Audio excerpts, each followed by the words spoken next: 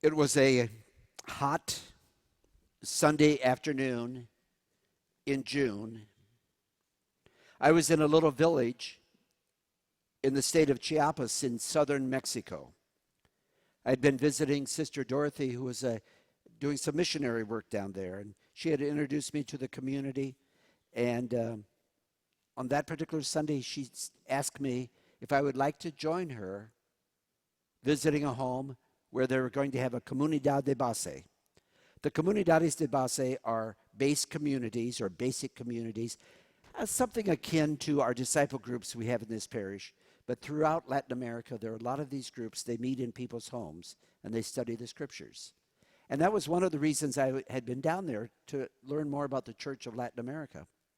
So I jumped at the chance. So as the afternoon came about, we went to somebody's home. And it was a very modest house, beyond modest. Probably not much more than one room. There might have been a little back room. We walked in. It was very dark. I think there was one window. It allowed some ventilation, some light. I don't know if they had electricity or not, but I don't think the lights were on. A little table had been set to the side, 2 wooden chairs, a bench that some of us sat on, and I noticed a few of the other people brought their own stools. Did I say the floor was dirt? Not even a concrete pad. It was dirt, earth. We came in, we sat down. Everybody made some introductions to me because they knew each other. And then one man stood up by the window where there was light, and he read from the Bible, from the gospel. And the passage he read was the one that I just read to you. The Beatitudes, the beginning of the Sermon on the Mount, chapter 5 of Matthew's Gospel. Blessed are the poor in spirit. Blessed are they who mourn. Blessed are the lowly. Blessed are those who are persecuted. He went through this. He finished reading it. He sat down. And then there was quiet. Everybody was just sitting there as if they were digesting the words that they had just heard. I was sitting there wondering, because I'm not very good with silence. Okay, what's going to happen next? And then finally one woman spoke up.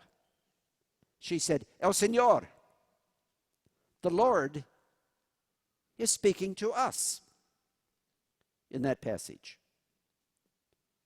And then a man joined in and said, yes, we are the lowly. We are the ones in sorrow. We are the ones who are hungering for what is right and thirsting for what is righteous. We are the ones who try to be peacemakers. And pretty soon a few others in the group started adding, and it became very animated, but it always kept coming back to that same line that the woman first spoke. He's talking to us. So I have to tell you, as I was reading this gospel passage to you today, I kept thinking, he's talking to us. And that's a mistake we often make, is because we think of it as Jesus talking to the people on that, the Sermon on the Mount, the crowd that was gathered there, and he was a little bit higher, speaking to them. Or we think of it in a very analytical way. What does this passage mean? But if we could just insert ourselves into it, like he's speaking to us, what would we hear? Well, first of all, I am pretty sure that there's nobody here who lives in a house with a dirt floor. Unless maybe you've been thrown out into the doghouse. But we're a little bit beyond that. And we might not really be poor in any sense of the world poverty. And yet we may feel poor because we have bills. We have a lot of obligations. We might be very overwhelmed, maybe depressed by the things that keep coming at us. Maybe there's health issues. Maybe there's concerns about family. So yes, we are struggling in our own way. Many people might be really hungering for what is right and the ability to know what is right. And sometimes we feel ostracized. We feel very alone. We feel like we are on the margins. We have to be able to say, what the people in Chiapas heard, what the people at the time of Jesus on that edge of the mountain heard, has to be the same thing that we hear. In other words, we have to find a solidarity with those people and discover Jesus is talking to us as well. And what I've discovered, the key to the whole thing, is that very first beatitude. Blessed are the poor in spirit. In other words, can we enter into the spirit of those who have to depend on the Lord? And that's the thing. It's not just about physical poverty, but it's dependence. And we're not very good at that. Let's be honest. We're not good. We want to do it ourselves. We want to take charge. We want to say, I can handle all those problems that come.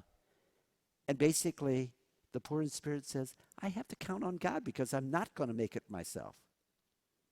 That dependence is so important. I think of the image, and you see this so many times in adventure movies, of the person who's falling off the cliff. And maybe just, don't worry, I won't fall off. Maybe just their fingertips are on the edge, and they're holding on, and they yell, help me. And then somebody, usually somebody like Indiana Jones, comes along, and he's able to reach down, and he pulls the person up. That is poor in spirit. When we are hanging on, are we going to make it? And we say, Lord, help us. If we can enter that spirit of solidarity with the people of the world, then we become one with them. And then this gospel starts to speak to us. The Lord is talking to us. Now, the second part of that, of course, is to be receptive. And that's where the word blessed comes in. It's not just the poor in spirit, but blessed are the poor in spirit. Blessed are the lowly. Blessed are those who hunger for what is right. Blessed are the ones who are pure and clean of heart. You cannot bless yourself. To be blessed means to admit that God is favoring us. God is looking upon us. And here's one of the things that a lot of people don't realize. At the time of Jesus, when the majority of the people were poor, it's probably 75% of the people would have been considered poor at the time of the Lord. But they had this notion that if you have material stuff, and if you have status, and if you have power, God is favoring you. Unfortunately, sometimes we still have that notion today. But they had that notion. So when Jesus said, you're poor, you are helpless, you're hanging on by your fingernails, but you are blessed, they said, oh, I never thought of it that way. To be blessed means to be receptive, that the Lord has favor on us. God is looking upon us and saying, I've got a place for you. I want to include you. You matter to me. You are important. So today, on the Feast of All Saints, we read the Beatitudes. Because through the years, there have been men and women and children. We've had old people, young people.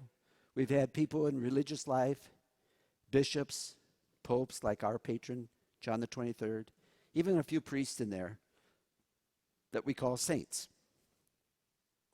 They not only realized the Beatitudes spoke to them, they not only realized that they were favored by God, that they were blessed, but they did the third thing. Besides the solidarity with the poor and besides the receptivity, they did the third thing. They responded, and they allowed their life to be a response.